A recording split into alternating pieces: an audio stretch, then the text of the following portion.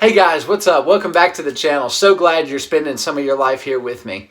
So I've got a topic today that I want to talk to you about that it seems like a lot of novice lifters have questions about. And that question specifically is, what is a good range of motion for lifting weights? You'll watch tons of videos where you see a pro bodybuilder saying, go the absolute full range of motion. And then you'll see guys like William Bonac who say the direct opposite. You only need about this much range of motion. If you don't know, William Bonac is an IFBB pro. He's on the Mr. Olympia stage, one of the best bodybuilders in the world at today's time in 2020. So William Bonac, if you watch his reps, they're about a quarter of full range of motion. So if you do a full rep here, like a pull, he only does like a quarter of that, about right here. So he cuts off the beginning of the motion and he cuts off the end of the motion, and he just sticks to the middle point.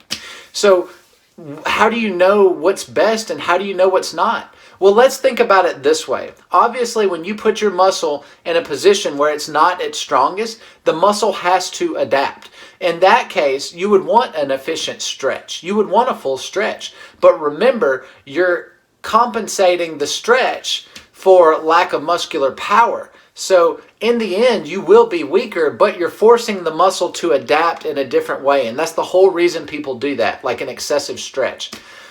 If I wanted to get stronger, which in turn increased strength usually indicates an increase in mass, although it doesn't directly correlate. An increase in strength doesn't always increase mass, but increased strength over long periods of reps with proper nutrition will increase new muscle mass. So there's that to consider. You know, when you're doing a rep, it just depends on your goals. That's the best answer I can give you. I've got 14 years of bodybuilding experience.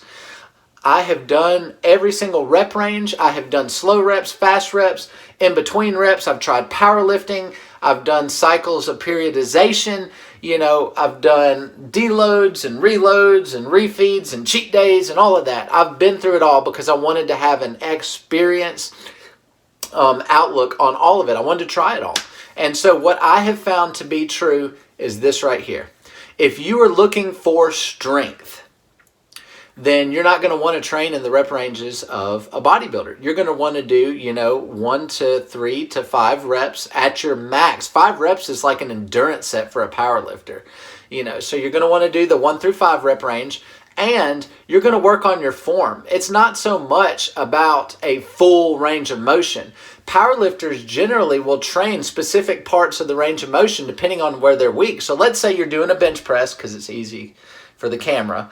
So let's say I'm all the way at the bottom, and when I get to my max weight, I can't get it off of my chest.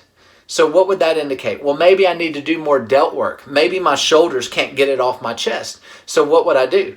I would train the bottom portion of the range of motion with a little bit less weight, and I would get super good at pressing it off my chest. I would do a lot of shoulder work, and then eventually that sticking point will go away. Conversely, with a bodybuilder, you hear some bodybuilders saying, okay, full range of motion. That's awesome, that's good, but in my honest opinion and what I have seen throughout my life is that when you stick to a full range of motion, you're taking tension off of the muscle and throwing it onto a bunch of others, even though you're able to lift more weight.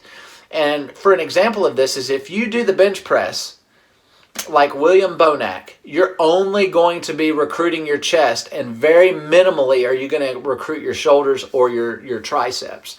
He literally benches just right off of his chest to where he can feel it and right back down. He doesn't even touch his chest. He goes here, comes down a little bit, stops above his chest here, and his range of motion is very short, extremely short. But his chest is absolutely freaky. He's got a massive chest. And also, you'll see power lifters and they'll go the whole way, or you'll see bodybuilders and they'll go the whole way. If you do that, you really are, like for example, if I'm doing a bench press and I'm coming up all the way, after about halfway here, I can start to feel my delts starting to push through and round and my triceps starting to engage.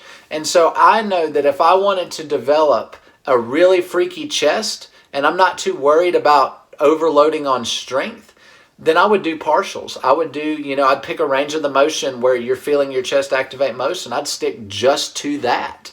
And I wouldn't deviate from that at all. So if I knew that, I felt my chest the most, the half part of the range of motion, not all the way at the bottom and not all the way at the top, I would stick within that range of motion and just rep out until my chest is literally exhausted. You want your chest to fail first on the bench press, not your shoulders, not your arms, not your triceps.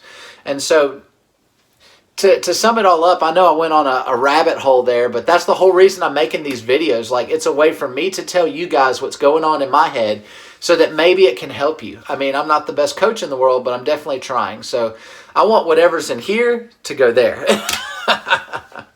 So it just depends. So the answer just depends. So if we wanted to go for strength, I would highly recommend you do full range of motion, and then identify sticking points. Once you find those sticking points, figure out a way to overcome them with the use of partials.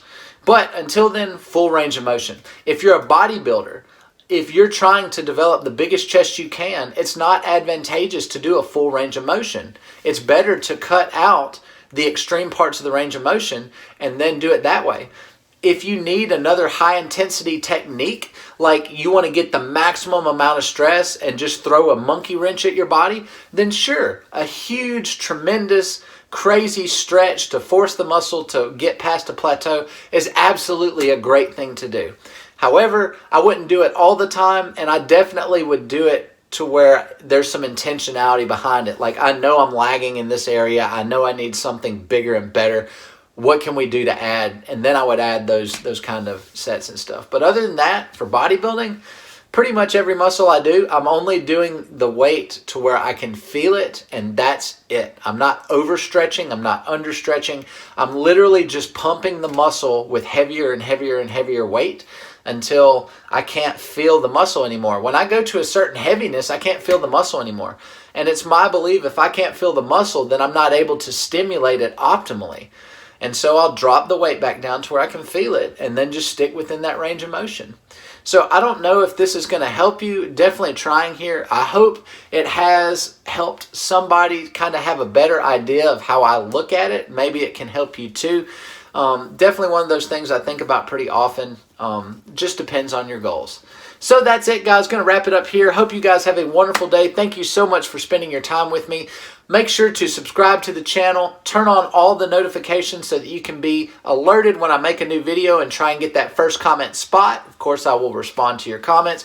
Like the video, comment on it, share it with your friends. Also, don't forget to follow me on Instagram. I post there literally daily, just like YouTube, Monday through Friday. So if you want to be a part of things, go ahead and check me out there where I post daily pics. And I look forward to seeing you guys in the next video. Have a wonderful day. Take care.